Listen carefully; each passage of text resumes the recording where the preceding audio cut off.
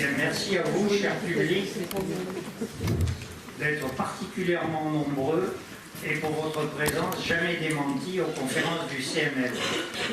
Et merci à vous, Galeb Benchek, d'avoir accepté notre invitation. Vous êtes docteur en sciences, philosophe, islamologue, président de la Conférence mondiale des religions pour la paix.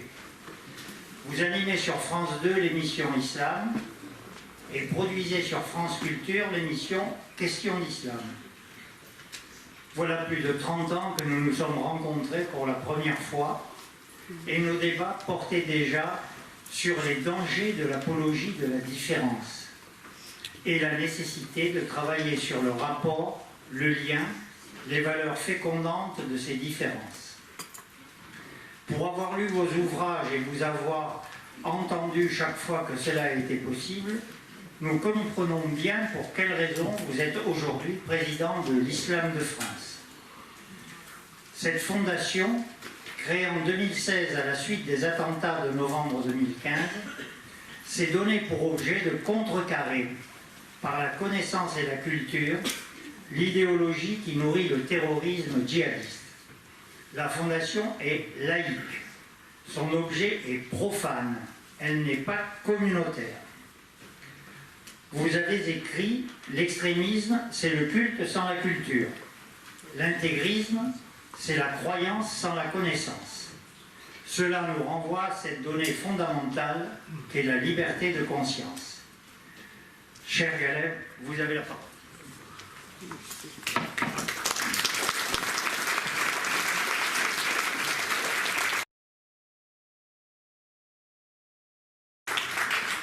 Merci infiniment, merci beaucoup. Ces applaudissements qui commencent m'engagent à ne pas trop vous décevoir. Il vaut mieux les réserver à la fin, à supposer par extraordinaire que je les mérite. Mais en tout cas, sachez, mesdames et messieurs, que je suis venu animé d'un sentiment d'amitié et de respect pour vous toutes et pour vous tous. C'est vrai que nous nous sommes connus il y a déjà de cela à peu près 3 décennies. Ça ne nous rajeunit pas, ou du moins nous avons commencé très jeunes.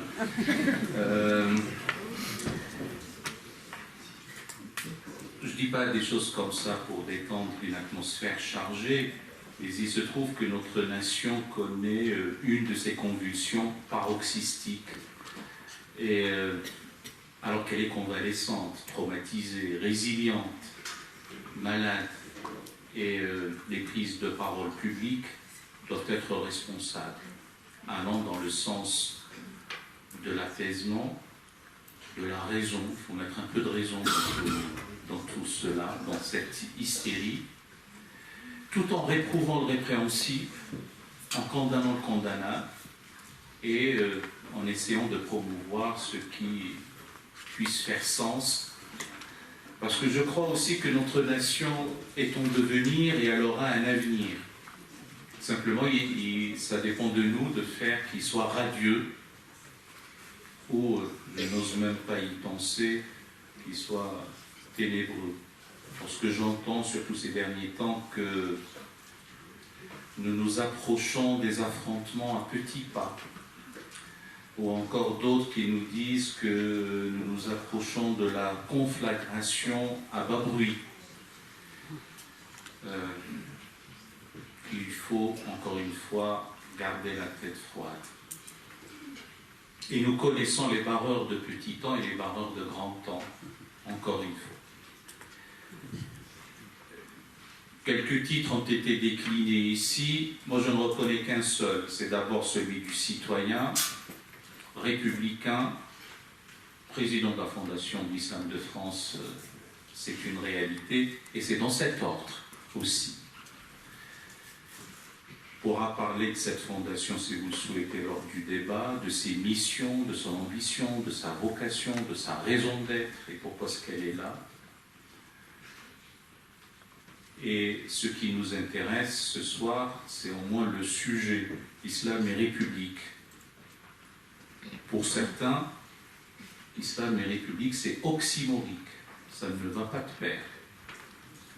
Et d'ailleurs, combien votre serviteur a-t-il participé à des colloques, à des séminaires, à des symposia, à des conférences, à des congrès intitulés quasiment tous « Islam est quelque chose » et de ET, de la copule, pas du verbe être.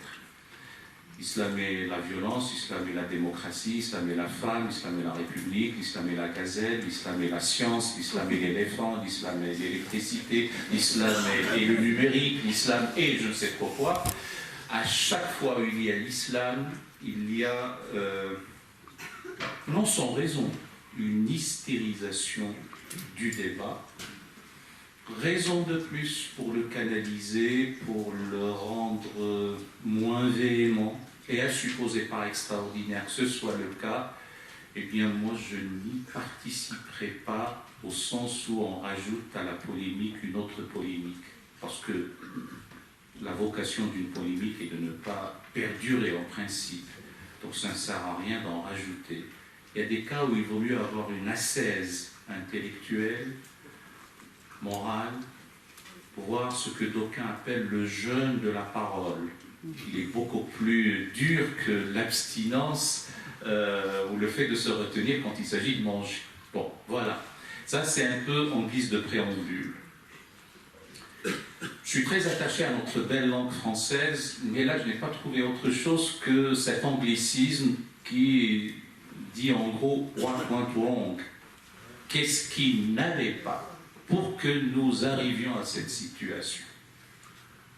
Et si je devais faire un peu le pédant, je dirais, nous sommes arrivés à cette situation à cause d'une condensation multidimensionnelle ou une cristallisation plurifactorielle de raisons, de motifs, de considérations qui, tout en s'enchevêtrant, nous ont amenés à cela. Donc la situation est complexe.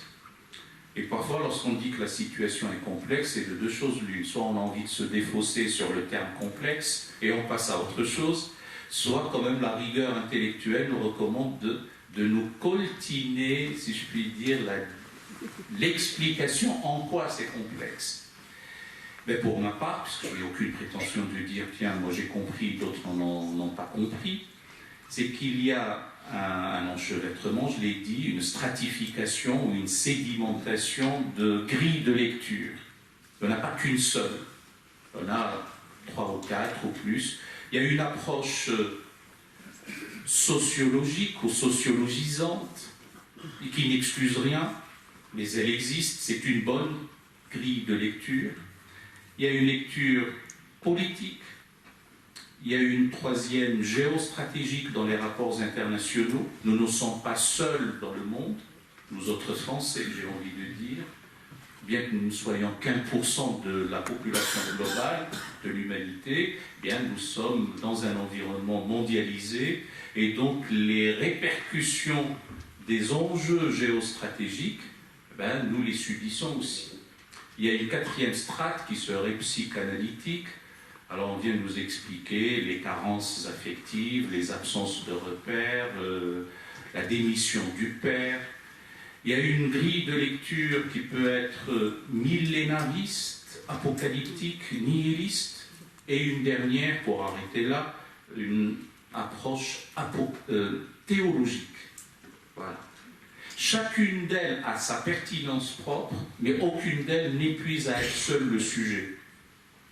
Si nous avions du temps, si nous avions la large latitude de l'explication, eh bien, je dirais qu'il faudrait avoir une vision globale, panoptique, panoramique de tout cela et en tenir compte. L'ennui, c'est que nous ne disposons pas de cela. Ce soir, c'est Byzance, parce que dans certains plateaux de télévision, il faudrait refaire le monde en 3 minutes. Donc, la pertinence ou l'intelligence, si j'ose dire, nous recommande d'en tenir compte dans la globalité. Peut-être que ce soir, je ne m'appesantirai que sur l'une ou l'autre de ces strates. Nous n'avons pas le temps pour la totalité. Mais j'ajoute, il faut m'arrêter quand j'aurai outrepassé le temps qu'il faut, parce que vous êtes là aussi pour réagir. J'ajoute que pour ce qui concerne cet épisode, parce que hélas ce ne sont pas des épisodes assez espacés dans le temps, sauf que celui-ci connaît des convulsions paroxystiques par rapport à ce que nous avions connu. Si nous étions dans le temps long, pas très long, mais le temps long, parce qu'il faut aussi avoir une approche du temps avec la froideur d'esprit. En vous disant cela, je pense tout de suite à une double métaphore que j'emprunte au monde médical. Il y a le médecin légiste et il y a le chirurgien. Le médecin légiste, par profession, par vocation, autopsie le plus souvent, pas systématiquement, des cadavres, des dépouilles mortelles, pour comprendre les raisons du décès. Mutatis mutandis, c'est comme ça le rôle de l'historien lorsqu'on se met dans le temps froid de l'histoire. On essaye de comprendre pourquoi sommes-nous arrivés de cela, bien que l'histoire peut être fielleuse ou mielleuse selon celui qui la raconte, peut-être qu'elle est non plus linéaire, nombriliste, européocentriste pour ce qui nous concerne en France, cloisonnée en Antiquité, Moyen-Âge et en Renaissance. Il faudrait peut-être aussi revoir l'histoire comme une anthropologie du passé avec un regard critique sur les systèmes de cultures et de pensée, mais surtout comme une archéologie du temps présent. Et le chirurgien, lui, opère in vivo. Il a à cœur de sauver son patient. Il ne s'embarrasse pas d'autres considérations que de sauver le malade. Bien là aussi, mutatis mutandis, on est dans la même situation quand il s'agit de la nation, de l'État de la France. Nous n'avons pas à nous embarrasser d'autres considérations que de sauver ce que nous pouvons sauver. Et je vous dirai de mon point de vue une recette. Je ne sais pas ce que ça vaut, mais je vous la donne. Mais sommes-nous arrivés à cette situation? Je ne vais pas m'inscrire dans le temps long de l'histoire. On peut dire oui, mais bon, si je remonte uniquement au XIXe siècle, la France fut une puissance musulmane. Ah ben oui. Elle fut une puissance musulmane du point de vue démographique.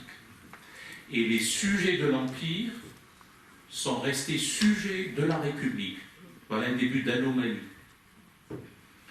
Et puis, la loi dite de séparation du 9 décembre 1905, étonnamment, n'a pas été appliquée partout sur le territoire de la République.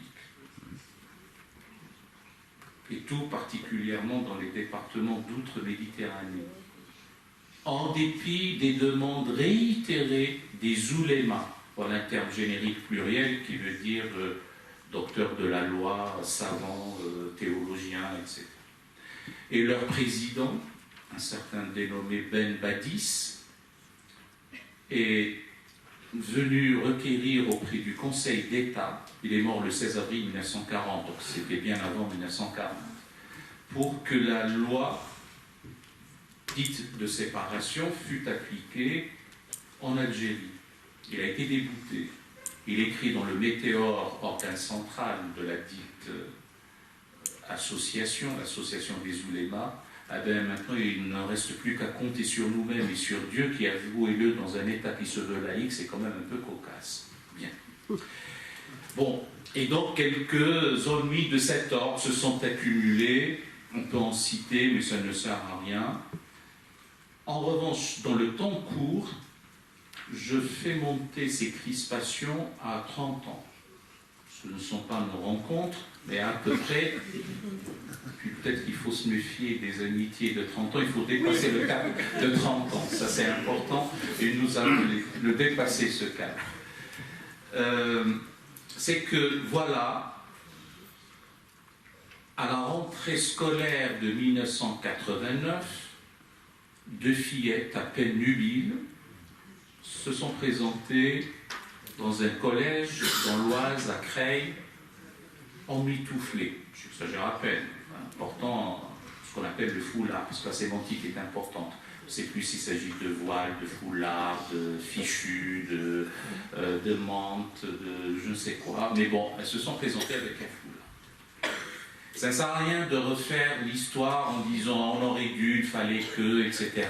Mais en l'espèce, hélas, on aurait dû. Il y a eu 2 manquements, ou un double manquement D'un côté, d'abord, ce sont les hiérarques musulmans de l'époque qui ont failli. Il suffisait de dire, à supposer par extraordinaire qu'il faille s'enchaîner aux références scripturaires, premières, en l'espèce le Coran, chose qu'il ne faut surtout pas faire comme ça, eh bien, en principe, les injonctions nombreuses et impérieuses quant à l'acquisition du savoir sont beaucoup plus importantes que le fait de voiler deux fillettes, alors que le texte n'est pas aussi clair qu'on le pense, et on ne parle même pas de cheveux. Bon, voilà. C'est pour vous dire comment ce que nous aurions dû tous dire et faire à ce moment-là, ce sont donc ces hiérarques, je ne sais pas lesquels, mais en tout cas, recteur de la Grande Mosquée de Paris, tel ou tel responsable, etc. Ça n'a pas été fait. Et nous en payons jusqu'à présent les conséquences. Et du côté de la République, il y a aussi un autre grand manquement. Le ministre de l'Éducation nationale de l'époque s'est défaussé sur le Conseil d'État, et le Conseil d'État a fait du droit au lieu de faire de la politique. Bon, c'est le propre du Conseil d'État de faire du droit, mais ça revient aux politiques de prendre ses responsabilités, et la responsabilité n'a pas été prise. Et de démission en démission, d'abdication en abdication, de régression en régression, nous nous retrouvons dans la situation que nous connaissons maintenant, en étant passés par les histoires de la Bourpa et du Burkini. Si dans toutes ces choses-là, on ajoute ce que j'ai appelé l'annus horribilis de 2015, et puis les soubresauts dus aux attentats, on peut comprendre que nous arrivions à une telle tension. Alors, je ne suis pas en train de revenir à ma stratification de tout à l'heure, la strate sociale et tout. Je suis en train de donner une explication en guise de préambule. Alors, comment sortir de l'ornière? À mon avis, il faut, c'est toujours facile de dire il faut que yaka. Il faut sortir de l'ornière en distinguant les paramètres. Dans une situation compliquée de conflit, de tension, de belligérance, etc., à mon avis, il y a deux approches. La première, quand on se prévaut d'une éthique, du sens des responsabilités, sans autoflagellation aucune, il faut voir d'abord chez soi les manquements. À la parole donnée, à la solidarité, à l'éthique elle-même, au sens des responsabilités, sans incriminer toujours et systématiquement autrui comme étant la raison du chaos. Bon, ça c'est le premier point, j'allais dire, d'ordre éthique, voire spirituel. Je le dis sous la voûte commune de la laïcité. Et le second point, c'est l'intelligence qu'il recommande, c'est de séparer les paramètres, distinguer les registres, faire preuve de discernement.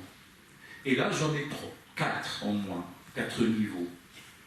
Le premier est celui, je reviens toujours à ce que j'ai appelé les hiérarques musulmans, je déplore pour ma part, je le dis devant vous et ailleurs, que le débat sur le ritualisme desséchant, sur l'obsession de la norme religieuse, sur telle ou telle pratique canonique, n'a pas été pris à bras le corps ces derniers temps par les instances religieuses islamiques dans notre pays. Je ne parle même pas de par le monde. Or, c'est une nécessité. Je n'ose même pas parler de ce qu'il aurait dû faire pour dirimer, pour fendre, contrecarrer les thèses dites salafistes, endiguer l'offensive wahhabo-salafiste, etc. Je le déplore. C'est même une démission. L'encéphalogramme est plat. C'est presque même une mort cérébrale maintenant de certaines de ces instances. J'ai l'air d'être sévère, mais c'est aussi la réalité. Il faut un bon diagnostic si on veut trouver une médication appropriée. Deuxième niveau, faisons du droit. Chose qu'il ne faut surtout pas faire systématiquement. Et je ne veux pas que notre société soit judiciarisée à la manière des sociétés américaines. Mais si on fait un peu de droit, le dernier épisode, ce qu'on appelle désormais les mamans, la maman accompagnatrice était dans son bon droit.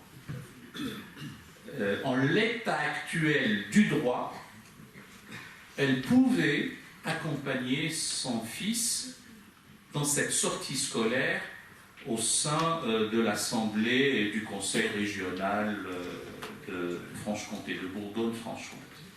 Ce qui sous-entend que l'élu du Rassemblement national qui l'avait interpellé, certains disent qu'il l'avait humilié, ne devait pas le faire. Et il n'était pas habilité à le faire, il n'était pas dans son droit pour le faire, et de ce point de vue-là, il devait rendre compte de ce qu'il a dit en dehors du droit. Nous sommes des citoyens civilisés et nous nous référons au droit. Troisième niveau d'approche, il y a ce que j'appelle la psychosociologie ou la psyché collective. Il se trouve que dans notre pays, la psychosociologie ou la psyché collective est réfractaire à cette affaire du voile. Donc le bon sens recommande aussi de dire, il faut en tenir compte. Ça devient encore une affaire certes de liberté, bien entendu, mais aussi de ce que d'aucuns appellent la décence commune. Je vous donne un exemple de qu'est-ce que c'est qu'une décence commune. L'opulence devant la pauvreté, c'est une affaire aussi de décence. Je donne des exemples uniquement, je ne dis pas, je fais peut-être quelques raccourcis. Et là, malheureusement, cette sagesse n'est pas venue. Parce qu'on s'arc-boute sur « ah, mais c'est mon droit », et puis c'est la liberté, et puis on invoque la laïcité, laquelle laïcité toujours adjectivée, c'est-à-dire elle est positive, ouverte, inclusive, auquel cas il y a ce que les grammairiens appellent les antonymes, donc elle sera fermée, négative, etc. Or, les grammairiens disent toujours « méfiez-vous de l'adjectif qui affaiblit le substantif ».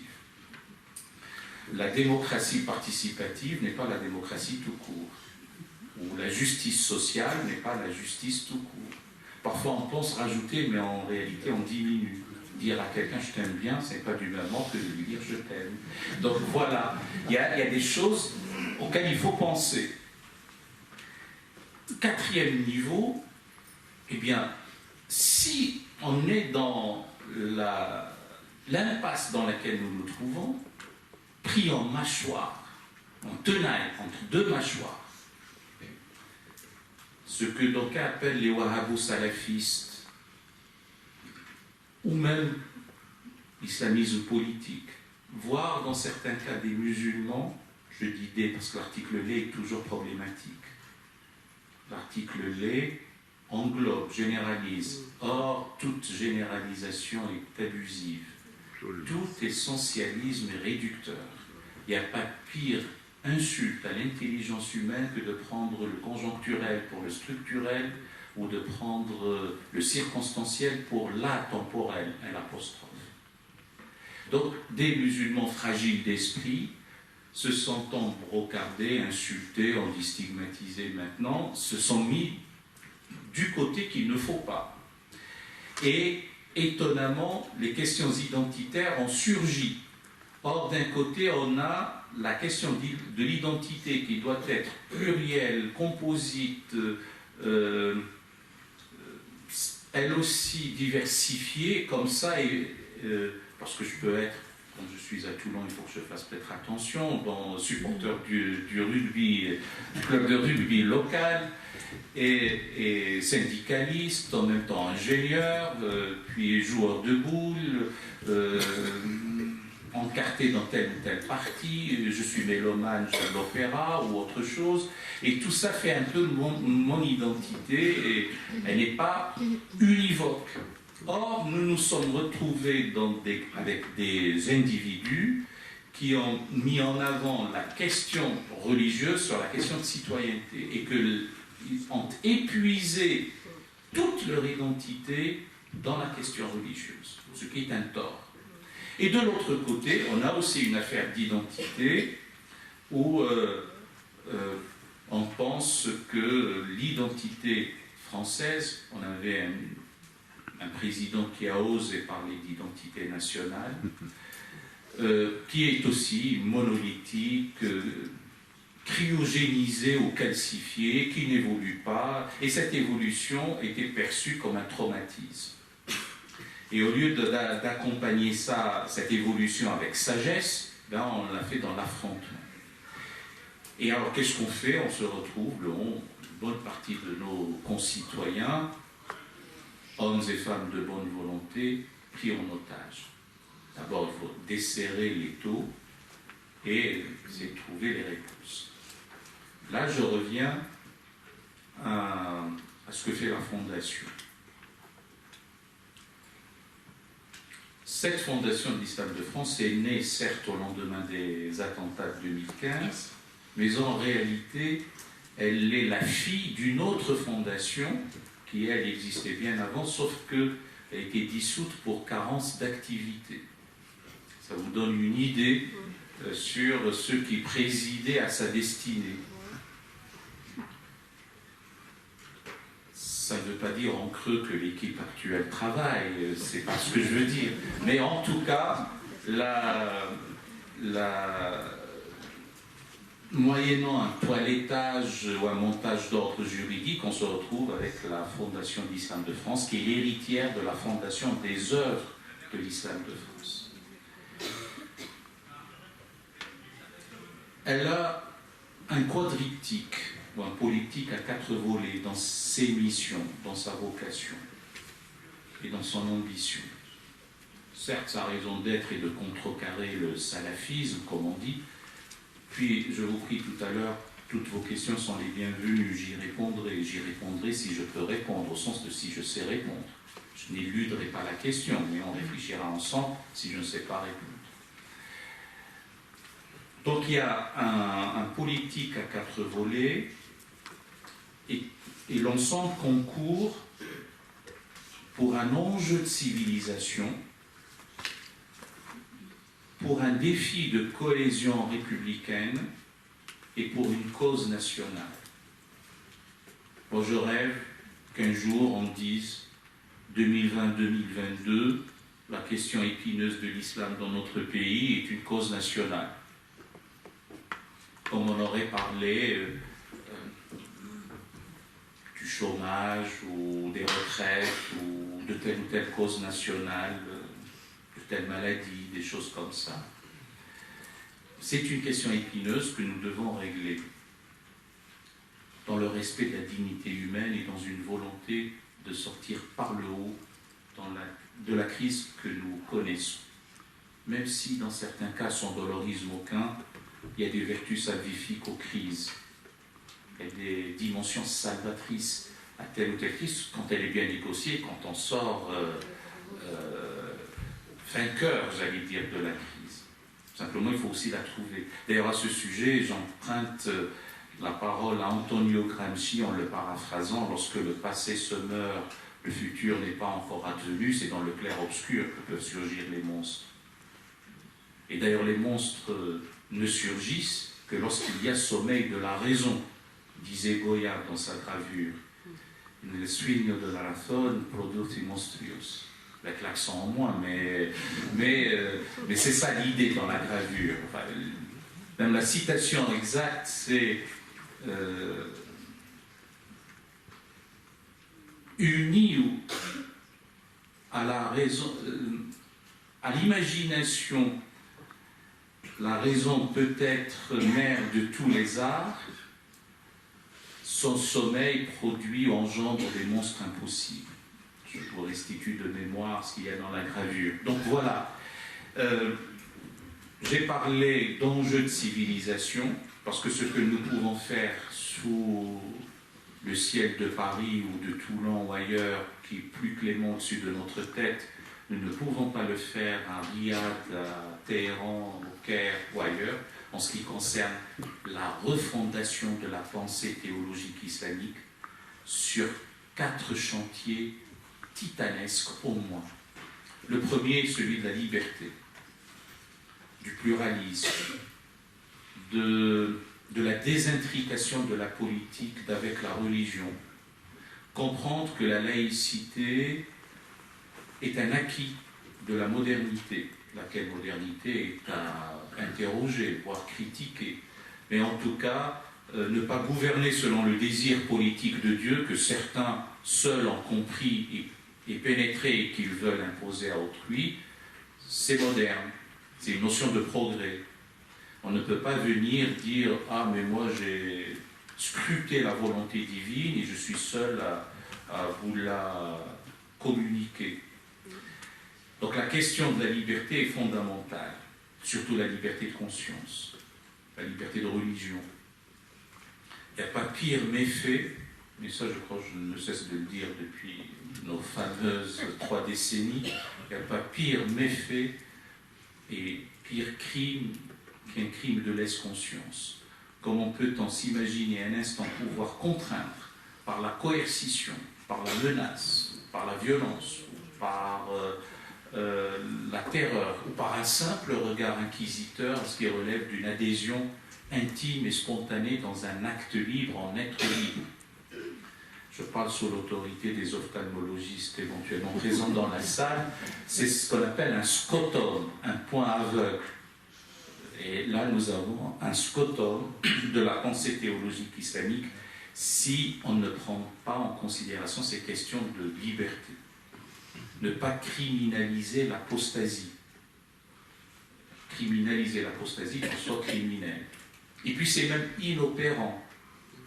Le vieil adage populaire dit, ou l'anecdote populaire dit, on a demandé à quelqu'un, alors tu aimes ta mère ou ta belle-mère? Il a dit, ma belle-mère, évidemment. Mais ce qu'il y a dans mon cœur restera dans mon cœur. Pareil.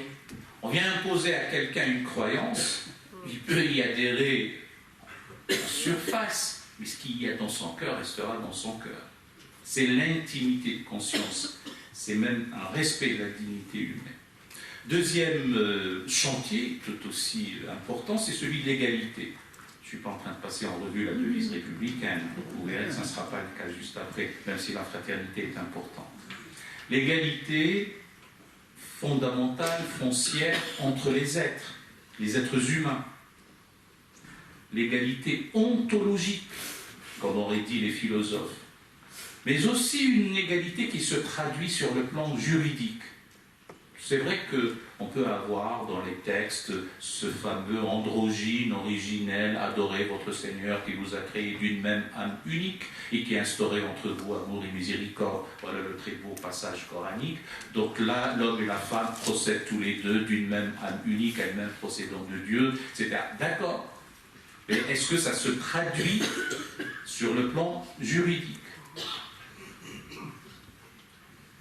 Ça a été peut-être spectaculaire pour l'époque, du temps où la femme était réifiée, chosifiée, faire d'elle un sujet qui hérite, alors qu'elle faisait partie du patrimoine allégué, c'est spectaculaire. Donc il faut finir, j'allais dire, dans la vision, à supposer qu'il faille s'inspirer toujours du droit d'inspiration religieuse.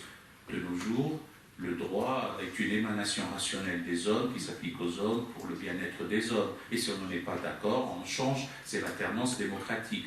Même si subtilement, il n'y a jamais connu un législateur légiférer ou voter une loi sans s'adosser à un principe ou à un corpus de valeurs. Dans certains cas, peuvent être métaphysiques. Bon. Troisième niveau, c'est le chantier de la désacralisation de la violence. Il ne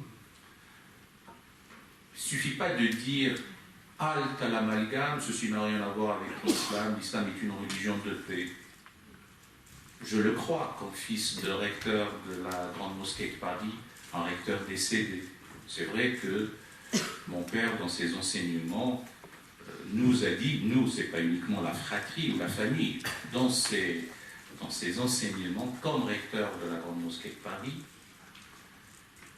nous a enseigné la miséricorde, la bonté, la sollicitude, la prise en compte de l'intérêt d'autrui, la magnanimité, la maîtrise de soi, la patience. Un très beau passage coranique. J'ai l'air de faire une homélie, mais je le fais sous la voûte commune de la laïcité, encore une fois. Et quelle meilleure parole que de se dire « je me remets à Dieu ».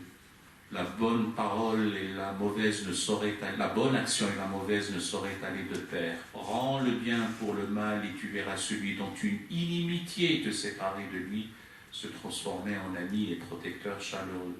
Mais n'y parvient que celui qui sait faire preuve d'une grande patience, et n'y parvient que celui qui est siège d'une grâce infinie. Fin de citation. Verset 34, sourate 41. Je ne suis pas en train de procéder par choix sélectif aussi des versets. Il y en a d'autres qui posent problème. Ce sont les versets belligènes, les versets martiaux, les versets violents. Et il faut aussi les traiter. Quand je vous dis qu'il faut s'attaquer à la collusion du sacré et de la violence, c'est ce travail qu'il faut mener. On ne peut pas s'accommoder à l'idée qu'il y a des phalanges terrestres, des phalanges angéliques, telles des puissances célestes qui viennent aider les armées terrestres. C'est archaïque comme vision du monde. Ça prévalait au Moyen-Âge ou avant, ça n'est plus possible de nos jours.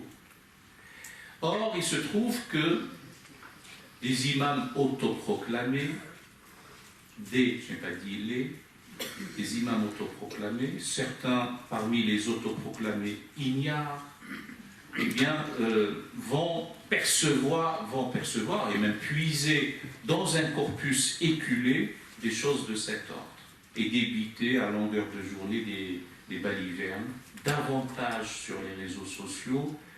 Et le danger est aussi ce qu'on appelle les fatwas du cher Google. Voilà où on nous en sort. Quatrième chantier tout aussi titanesque et important, c'est faire en sorte de séparer, ou en tout cas d'autonomiser le champ du savoir par rapport au champ de la croyance. C'est-à-dire que les connaissances scientifiques doivent être autonomes par rapport aux croyances religieuses. La pathologie du concordisme, mais de tout temps c'est dans le Coran ou le créationnisme ou dans les écrits, les saintes écritures, ça n'aide pas à aiguiser l'esprit. Donc il faut savoir sortir de la raison religieuse dévote. Libérer l'esprit de sa prison, dégeler les glaciations idéologiques, s'affranchir des enfermements doctrinaux, en finir avec la pensée magique, où l'on mélange le merveilleux, l'extraordinaire, le mystérieux, le fabuleux, avec un peu de raison et un peu d'histoire. Tout ce mélange-là donne un fatras idéal terrible, et notamment pour la jeunesse. Alors, comme les meilleurs antidotes pour contrecarrer ce salafisme, en réalité, il y a deux choses. Il y a l'autorité de la République, les forces de l'ordre et puis l'autorité, il n'y a pas d'autre mot. Ça, c'est le temps court et le temps long, et peut-être même à moyen terme. Les meilleurs antidotes demeurent toujours éducation, instruction, acquisition du savoir, connaissance, ouverture sur le monde, altérité confessionnelle, inclination pour les valeurs esthétiques, les belles lettres, les beaux-arts, la musique, la poésie, ce qui flatte les sens, ce qui élève l'âme humaine, l'humanisme. Renouer avec l'humanisme d'expression arabe en contexte islamique, totalement oblitéré, effacé des mémoires, occulté, insoupçonné même. C'est pas pour le prendre tel quel, c'est pour le réactualiser. Donc, premier volet des 4, je finirai, alors je vois le temps qui s'écoule, on est dans les temps, je finirai sur ces 4 volets. Enfin, les 3 sont une nécessité absolue. Le 4e, il faut attendre la période des vaches grasses. Là, ce sont les vaches maigres. Donc, on commence par le plus urgent. Pour le volet éducation, je vous donne 2 extrémas et le cœur du métier. Premier extrémum, l'islamologie savante. Nous ne pouvons plus accepter dans notre pays que des idioties, des abducies, des impéricides soient débités à longueur de journée sur le fait islamique, la chose islamique. J'ose même pas dire l'islam, parce qu'on ne sait même pas à quoi ça renvoie. On ne sait pas, sincèrement. Ça va depuis la monstruosité idéologique et religieuse dénommée Daesh, et ça va jusqu'à la fine pointe de la spiritualité soufie. Et les uns et les autres se réclament de ce vocable. D'ailleurs, même la rigueur intellectuelle nous recommande de dire qu'il s'agit d'une réalité complexe de société humaine travaillée par le fait religieux dans sa composante abrahamique, monothéiste, selon la réception de la révélation coranique. Vous voyez bien que la phrase est alambiquée, on ne peut pas la dire tout le temps. Mais en réalité, il s'agit de ça, au fond. Et c'est une réalité qui va depuis Jakarta jusqu'à Dakar, voire jusqu'au Suriname, sans parler de l'Europe ou de l'Amérique du Nord, etc. Bien, ça c'est l'islamologie savante. Votre serviteur n'est pas envieux, mais il lui arrive d'être parfois jaloux. Et je suis jaloux de l'université allemande. Je ne vois pas pourquoi à l'université de Berlin, on a un beau programme intitulé Corpus Coranicum. C'est-à-dire qu'il y a un projet d'étude sur le Coran d'un point de vue scientifique, historico-critique, herméneutique. Et les chercheurs sont musulmans et non musulmans. Et nous en avons besoin dans notre pays. Et l'université française doit donner à cette discipline qu'est l'islamologie ses lettres de noblesse. Il faut qu'elle devienne une discipline de prestige. Pour les musulmans et non musulmans, ce n'est pas une lecture confessante qu'on fait de l'islam. Deuxième, de l'autre côté, puisque je vous ai dit que je vous donne les deux extrêmes, s'occuper de la jeunesse, notamment l'enfance, enfin les collégiens, écoliers, collégiens, lycéens, pour aiguiser leur entendement, pour qu'ils apprennent à tamiser par le filtre de la raison ce que les parents leur disent et qui fragilise leur esprit.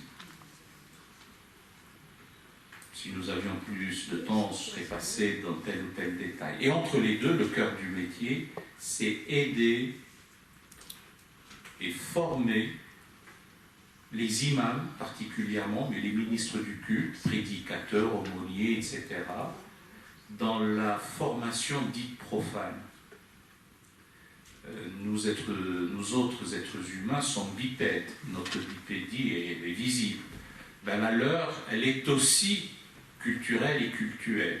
Du moins, leurs deux ailes, si je prends cet autre exemple, doit être d'un côté cultuelle, et même, malheureusement, je déplore pour ma part que même les connaissances classiques de la théologie islamique standard ne sont pas maîtrisées, a fortiori connaissent très peu l'héritage français, le patrimoine de leur pays, ils n'en ont pas d'autres. Il y a un aphorisme prophétique qui dit « l'amour de la patrie est une marque de foi ». S'ils enseignaient cela, nous ne serions peut-être pas arrivés à cette situation aussi. Et donc ce travail est pour se réapproprier cet héritage, l'héritage français, connaître l'histoire, les institutions, le droit du culte aussi, c'est important. On avait un recteur de piètre qualité oratoire qui, lors d'une convention dite des droites, le 28 septembre dernier, il n'a pas dit ce jour-là, mais un peu plus tard, mais moi, je suis aussi comme Bugeaud, qui a massacré des musulmans et des juifs, histoire de dire que j'assume, en tout cas, l'héritage français. Moi, je dis à nos imams, si vous deviez assumer l'héritage français, il faut qu'il remonte jusqu'à la geste de Roland. Même si elle n'était pas tant vis-à-vis des Sarrasins, comme on disait à l'époque, mais c'est en gros, voilà l'héritage, c'est au niveau de la culture, de la connaissance. Bon, je passe au deuxième volet, c'est celui de la culture. Nous avons 3 grands projets. Le premier est celui d'une exposition quasi universelle. J'ajoute quasi parce que de nos jours, le temps des expositions universelles paraît révolu. Intitulé L'Islam et l'Europe, 15 siècles d'histoire. En toute rigueur, c'est un peu moins de 15 siècles, mais c'est un peu plus que 14.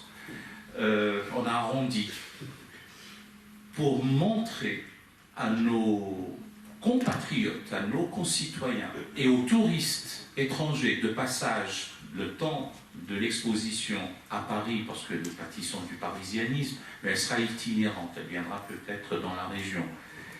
Une exposition intitulée L'Islam et l'Europe, 15 siècles de l'histoire, pour montrer la forte prégnance civilisationnelle de l'islam écrit avec anti sur l'Europe. Et on a l'air de le découvrir. Ah, ben oui. Nous finissons nos repas par des douceurs et des sucreries, le dessert, et ça va crescendo jusqu'à l'art lyrique, où l'italienne à Alger de Rossini, Sherazade de Nikolai Rimsky-Korsakov, les arabesques de Debussy, l'enlèvement au sérail composé par Mozart présente le Pacha Selim comme un homme longanime et magnanime qui consent à restituer l'amoureuse Constance à son fiancé. Et d'ailleurs, cet opéra, nous le montons, on l'a un peu raccourci, il sera joué par des lycéens, enfin dans le chœur. Ça nous paraît important d'avoir comme cheval de Troie dans la citadelle de l'extrémisme ou de l'intégrisme des questions de connaissance et de culture. Deuxième projet, c'est monter des pièces de théâtre et notamment la rencontre de Saint François d'Assise avec le sultan mamelouk Malik al-Kamil en 1219 à Damiette. C'est pour dire que ces soubresauts ne datent pas de quelques années, etc. C'est qu'il y a une histoire commune euro-méditerranéenne.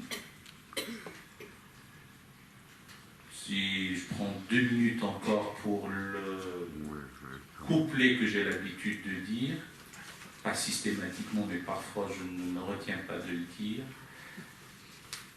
Si je devais m'adresser à un ami prêtre de surcroît, je lui dirais ceci. Mon cher abbé, assieds-toi sur le divan, je serai en face de toi sur le sofa en dessous de l'alcôve. Veux-tu un alcool venant directement de l'alambic et pas du magasin? Quant à moi, je prendrai un café sucré parce que je n'aime pas ce qui est amer. Tout à l'heure, nous dégusterons ensemble un sorbet où nous boirons un sirop à nectar d'abricot. Et si tu veux patienter, tu peux consulter des manuels d'algèbre et d'alchimie dans lesquels il y a des algorithmes, des chiffres et des zéros. Et pour nous distraire un peu, nous pourrions jouer aux échecs. Et comme l'enjeu est une joaillerie des lapis lazuli et des émeraudes, alors attention à l'échec et mat, parce que ce n'est pas un jeu de hasard. Et si tu veux respirer un peu, tu peux ouvrir les mouchoirs rhabillés afin de sentir le jasmin et de voir au loin le vaisseau amiral entouré de felouques entrer dans l'amirauté. Et peut-être que dans l'arrière-pays, il y a des girafes et des gazelles qui gambadent. Si tu te sens un peu fatigué, tu peux enlever ta chemise en coton et enfiler ton pyjama en mousseline et t'allonger sur le matelas recouvert de taffetas de couleur carmin qui est sur le baldaquin. Attention, demain matin, en sortant dans la Médina, tu risques de rencontrer le zouave avec sa matraque en train de pourchasser le caïd du milieu. Si je te dis ça, c'est parce qu'il y a entre nous une charte dont les actes sont ceux de l'amitié. J'arrête là parce que c'est trop long, puis il faut arrêter. Je n'ai fait rien d'autre que de parler arabe. Et c'est cet arabe-là que j'ai parlé qui témoigne que ce fut et que c'est une langue véhiculaire du savoir, du droit, du cérémoniel de cours, de diplomatie, une langue onusienne, de travail à l'ONU. Et donc, quand on a une députée écervelée qui dit « Ouh là là, c'est la langue du communautarisme », et encore un autre chef de parti tout aussi écervelé qui dit « Ouh là là, c'est la langue du terrorisme, il ne faut surtout pas l'étudier ». Ben si, il faut l'étudier, c'est bon pour les renseignements généraux, déjà. Il faut l'étudier, c'est bon pour faire des affaires. Mais surtout, il faut l'étudier parce que c'est une langue de diplomatie, avant tout, lyrique, suggestive, belle, et qui témoigne de la civilisation impériale, à l'architecture palatiale, Topkapi, l'Alhambra, la Soleimanie l'Alcazar, le Taj Mahal en témoignent. Et on avait 3 grands empires, l'Empire ottoman, l'Empire safavide, l'Empire moghol, qu'il ne faut surtout pas oublier. Nous sommes dans une période de crise, et bien à nous, il nous incombe de faire pour que nous sortions de la crise. Il y a le 3e volet, mais le temps passe, donc je vais peut-être arrêter là. Alors je le dis rapidement, c'est le volet social. Votre serviteur a initié ce que j'appelle l'UPI. UPI, un acronyme d'Université populaire itinérante. Alors pourquoi itinérante? Parce que nous ne bénéficions pas de la logistique dont a pu bénéficier un Michel Onfray. Lui, il a eu l'auditorium du mémorial de Caen. Ben, nous ne sommes pas à Caen déjà, et nous sommes à Paris, et nous n'avons pas les moyens d'avoir un grand auditorium pour que notre université populaire soit sédentarisée. Eh bien, d'une faiblesse, il faut en faire une force. Eh bien, nous partons, nous prenons notre bâton de pèlerin pour aller de ville en ville, de cité en cité, de quartier en quartier, avec la noblesse du mot populaire, parce que je commence à en avoir marre de la sémantique, quartier difficile, zone sensible, je ne sais pas quoi. Donc nous y allons pour des débats entre citoyens, par-delà l'option métaphysique ou l'appartenance confessionnelle, musulmans et non musulmans. D'abord pour apprivoiser les peurs, exorciser les hantises, domestiquer les angoisses, bref, crever l'abcès, dire ce qui ne va pas. Et je puis vous assurer qu'à l'issue de chaque université populaire, eh bien, il y a des mères de famille qui viennent nous dire « Aidez-nous ». Nos enfants sont la proie facile, soit des sermonnaires doctrinaires qui viennent leur débiter des arguties, du genre « ta vie ici-bas est ratée, mais si tu suis les préceptes que je suis seul à te dicter, tu redors ton blason et tu iras au paradis ». Soit tu meurs en martyr, ça ce n'est pas grave parce que tu vas jouir des délices paradisiaques, soit tu seras vainqueur et tant pis pour les mécréants. Voilà, les choses sont résumées ainsi. Et si ce n'est pas le cas, c'est la drogue et la délinquance. Et donc, nous donnons des allocations, nous essayons de les aider, et surtout, c'est cette idée d'avoir un lycée avec internat comme un sanctuaire pour que cette jeunesse puisse acquérir le savoir dans des conditions moins hostiles, comme on dit. Et notre ambition, c'est d'avoir au moins un lycée-internat sanctuarisé, ça rappelle un peu les internats d'excellence qu'on ne retrouve plus, qui n'était qu'une lubie, paraît-il, et au moins un par région, et pourquoi pas au moins un par département dans le temps. C'est pour vous dire que l'enjeu est véritable. Et si je vous dis quels sont nos moyens epsilonesques devant un sujet aussi névralgique, aussi crucial, eh bien, je n'ai pas envie que vous vous énerviez en cette fin de soirée, donc je me tais là. C'est parce qu'on n'en a pas pris conscience encore. Mon éducation m'a handicapé quand il s'agit de parler de moyens financiers, de fonds, d'argent. Mais si nous n'aidons pas cette fondation, qui est l'unique instance qui, pour l'instant, dans ce paysage tourbillonnaire, fonctionne, je ne sais pas ce que seront les lendemains. Et je ne désespère pas, parce qu'il vaut mieux finir sur une note d'optimisme. Merci de m'avoir. Qui a relevé, vous avez évoqué l'affluence des imams. On dit, dit-on, mais je ne suis pas du tout un spécialiste, que certains imams viennent de l'étranger et sont payés par l'étranger. Est-ce que vous confirmez ce fait? Et est-ce que vous pensez que c'est une réflexion à mener sur l'influence de ces gens qui sont-ils bien intentionnés ou pas? Je ne suis pas apte à en juger. Je relaye très rapidement la question de notre ami, sauf si vous l'avez entendu. Vous l'avez entendu, c'est Monsieur me dit, c'est une question, je ne vais pas restituer au mot près parce que c'est ainsi, l'Alzheimer me guette. D'ailleurs, il paraît que si on le compte, c'est qu'on est encore immunisé. C'est la question des imams. La plupart d'entre eux viennent de l'étranger, sont payés par l'étranger, etc. C'est vrai que c'est une question fondamentale.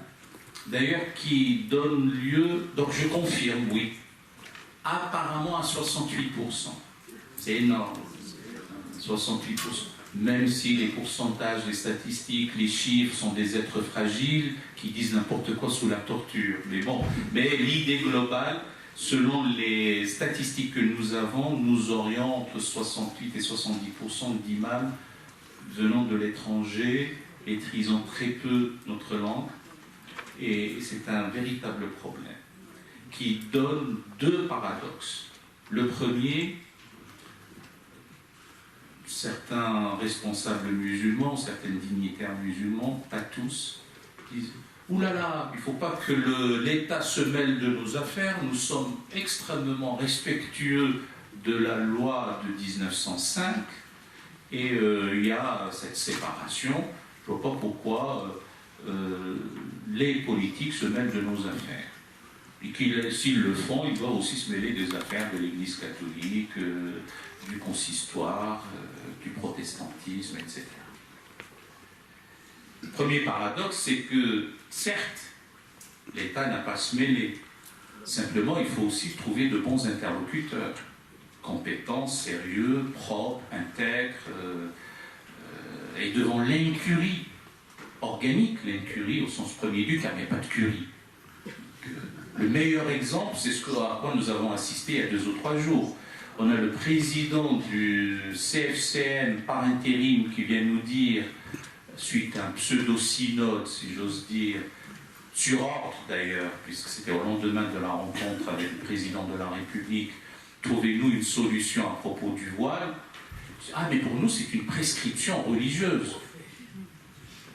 Et le lendemain, le prédécesseur, un des prédécesseurs de ce président, dit non, pour nous, ça ne fait pas partie des fondements. Donc voilà, devant cette cacophonie, qu'est-ce qu'on fait? Le premier paradoxe, c'est l'État ne se mêle pas, mais il faut quand même des interlocuteurs.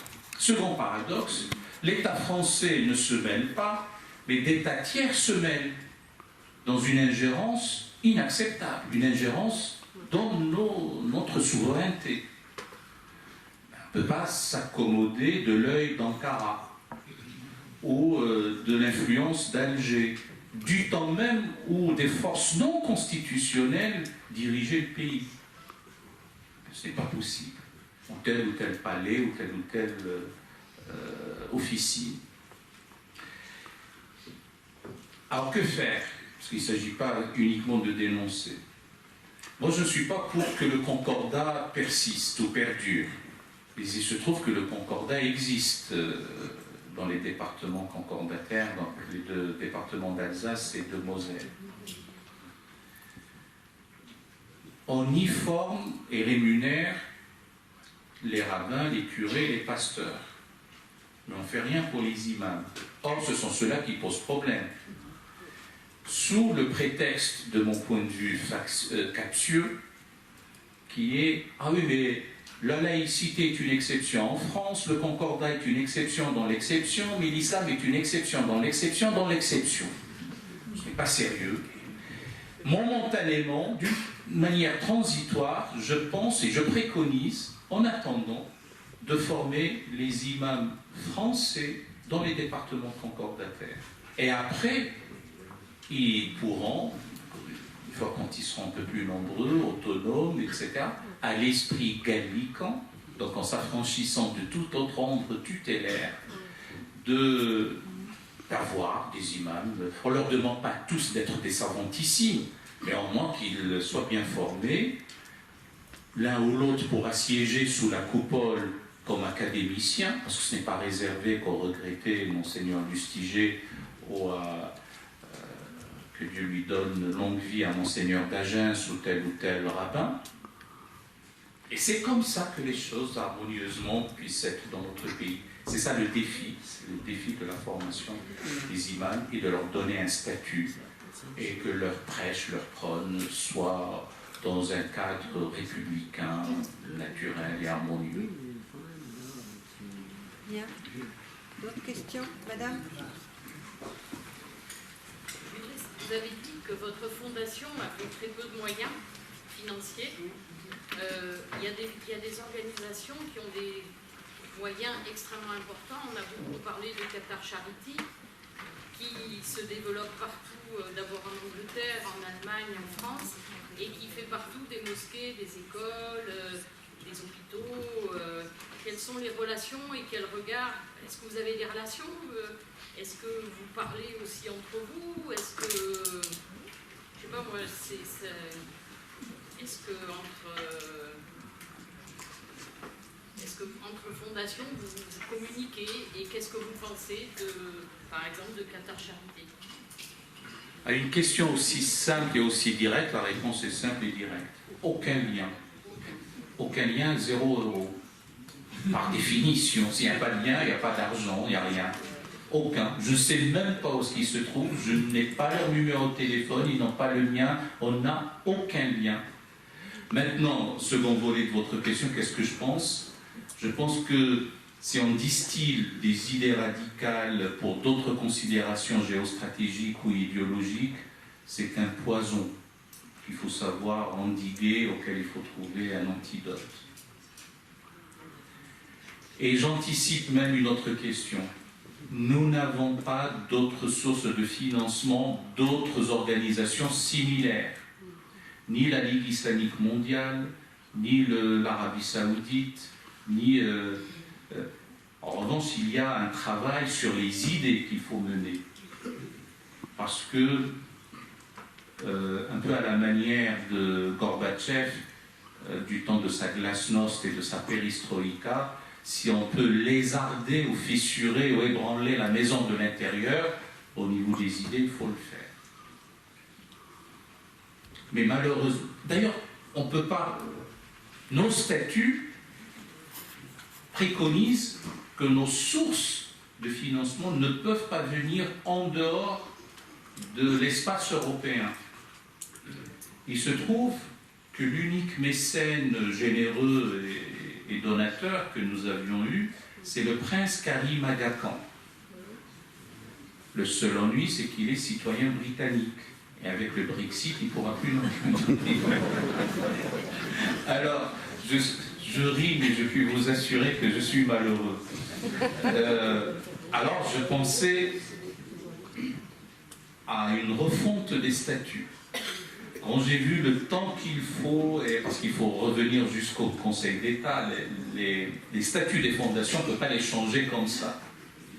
Et pour l'instant, comme le sujet est sensible à l'islam de France et l'argent qui va venir de je ne sais où, c'est gelé. Et on me dit, oui, mais tu n'as qu'à demander la zakat. Pour ceux qui ne savent pas ce que c'est que la zakat, c'est l'aumône légale. L'aumône, vous savez, la pratique religieuse islamique repose sur 5 piliers. La profession de foi, la prière, l'aumône, le jeûne et le pèlerinage. Les 4 premiers sont une prescription absolue pour ceux qui en peuvent, et la dernière, c'est assujetti à quelques conditions. Bon, je leur dis très bien. Et d'abord, on ne peut pas dire d'un côté, nous sommes une fondation laïque, reconnue d'utilité publique, œuvrant pour l'intérêt général, non communautaire, ça concerne l'ensemble des citoyens, pas uniquement musulmans, et demander l'aumône, et laquelle aumône est donnée plutôt aux mosquées. Et en plus, apparemment, le discours de l'actuel président, parce qu'il n'est pas là à vie, ne plaît pas trop. Donc on ne me donnera pas. Et je me retourne du côté des pouvoirs publics, mais non, quand même, vous êtes une fondation privée. Je me retourne du côté des chefs d'entreprise du CAC 40. Et ça nous a coûté 35 000 € les démarchages, de novembre à mars de l'année d'après. 0 €. Pour 3 raisons captieuses aussi. Ah ben si je vous donne à vous, il faut donner aussi à la Fondation du judaïsme français, à la Fondation Notre-Dame et à la Fondation du protestantisme. J'avais beau dire, mais nous, c'est Islam écrit avec grand I, la facétie des typographes et des éditeurs du 19e siècle, c'est de distinguer le petit I du grand I, parce qu'on n'a pas l'équivalent d'islam et de christianisme et de chrétienté. Ah oui, mais quand même, c'est adossé à une religion. Et puis, nous sommes très respectueux de la laïcité. Et j'avais beau leur dire, mais j'ai bien appris, même dans les écrits vétéraux et néo-testamentaires, et même dans la tradition islamique, qu'il faut aider le petit jusqu'à ce qu'il grandisse, le malade jusqu'à ce qu'il guérisse, et le voyageur jusqu'à ce qu'il revienne. Ben non. Tournez-vous vers les entrepreneurs musulmans. Bon, d'accord. Vous ne voulez pas qu'il y ait du communautarisme, mais là, on va en faire. Donc, on va voir les entrepreneurs musulmans. Il y en a plein qui sont riches. Ah non, moi, je préfère plutôt donner de l'argent au club de rugby ou de football de ma ville. Je suis bien vu, etc. Qu'est-ce que j'ai à vous donner? Mais moi, je me désolidarise de cette affaire. Voilà. Comment nous... Et nous tenons, parce que nous ne voulons pas d'argent de Qatar Charity. Ou Charity Qatar, je ne sais plus dans quel sens d'ailleurs. Vous nous dites d'où ne vient pas l'argent, mais d'où vient l'argent alors? C'est pas agressif, hein? Une question. Et mon cher ami, je n'ai absolument pas perçu la moindre agressivité dans votre question. Et elle supposait pas extraordinaire qu'elle le fût. Supposons. Il faut savoir d'abord se faire violence avant de faire violence, de se maîtriser d'abord. Alors, nous ne sommes pas dans ce cas-là. Nous avons hérité de la défunte Fondation des œuvres de l'Islam de France quelque chose aux alentours des millions d'euros. Nous avions eu une dotation des millions d'euros. On a eu le fameux million du prince Aga Khan et quelques petits subsides. Maintenant, ce qui me reste pour finir l'année, dans des projets déjà actés en conseil d'administration, 68 000 euros. Ne pouvons vivre ou survivre en végétant un peu jusqu'à fin 2020, début 2021, après il n'y aura plus rien. Si on ne prend pas à bras le corps ces questions-là, mais je ne désespère pas. Enfin, je ne veux pas ramener les choses uniquement à la fondation, je ne pleurniche pas, je ne suis pas en pleurnichard. Une question, monsieur? Oui, ma question concerne les lycées que vous envisagez dans les régions et même jusque dans les départements. Je voulais savoir si la façon dont vous les envisagez, vous concevez que des non-musulmans puissent aller dans ces lycées. Oui, mes chers monsieur, je ne peux pas dire d'un côté que la fondation n'est pas communautaire et que l'enjeu est un enjeu de civilisation, que la cohésion est une cohésion républicaine et que la cause est une cause nationale, et que ces lycées ne seront réservés qu'aux musulmans. Non, ça sera réservé à quiconque veut y venir. En plus du programme de l'éducation nationale, il y aura une plus-value relative à la civilisation islamique. Je vous donne un exemple, je peux vous en donner davantage. En classe de 4e, si on enseignait que le mathématicien Al-Kashi a étendu au triangle non rectangle le théorème de Pythagore en jouant sur le cosinus,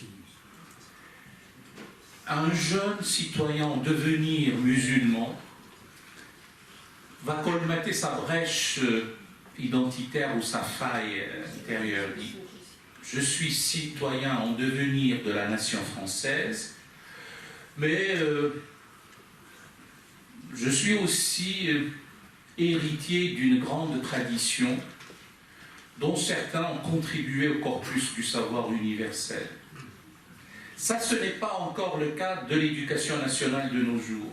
Il n'est pas possible de dire que de Dioscoride, de Galien, d'Hippocrate jusqu'à Paracelse ou Ambroise Paré à l'école de Salerne, il n'y a pas eu de médecine, ou très peu. Ou de temps à autre, on cite Avicenne. Ce n'est pas possible. On ne peut pas avoir une présentation de l'histoire mutilée et mutilante. On ne peut pas dire, hélas, uniquement en terminale, parce que moi je suis pour que l'enseignement de la philosophie soit un peu plus rapproché qu'en terminale, mais entre les présocratiques ou jusqu'à Heidegger ou Sartre ou je ne sais trop qui, Kant, il n'y a pas eu de philosophie, ou très peu, sans parler des philosophes musulmans hellénisants. Bon, voilà, c'est important, pas par souci d'apologie mièvre, où les systèmes apologétiques montrent très vite leurs limites, c'est simplement inscrire la civilisation humaine qui est la nôtre dans son contexte euro-méditerranéen. Bien.